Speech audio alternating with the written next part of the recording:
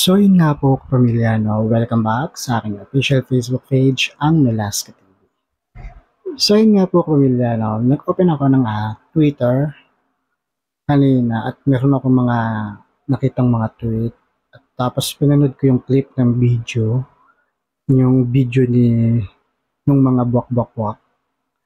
So di ko alam kung bakit saan nanggagaling yung galit nila kay Meme Vice at tsaka sa It's Showtime. Hindi ko alam kung ano yung gusto nilang sabihin. Kasi parang ano no, parang yung G na G sila kay Meme.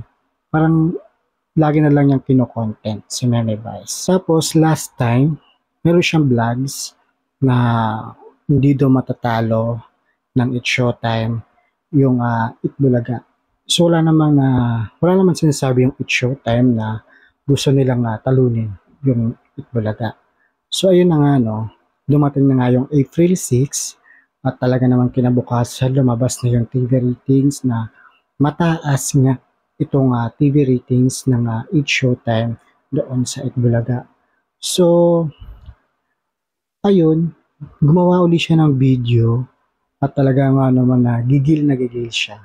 Nagre-rena-renahan daw si Meme Vice sa GMA. Hindi daw siya pwedeng mag-rena-renahan dito sa GMA dahil ang reyna nga daw dito ay si Marian.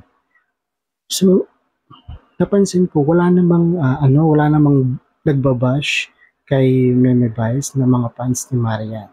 So, bakit dinadamay niya yung mga fans ni Marian para lang hanap siya ng kakampi? Para masabing may kakampi siya. So, hindi naman siya pinapatulan ng mga fans ni Marian. Kasi nga, alam nila yung tama at mali. Wala, natatawa lang ako. Kasi may mga ganyang mga tao na hanggang hindi ka nasisira, sisirain ka.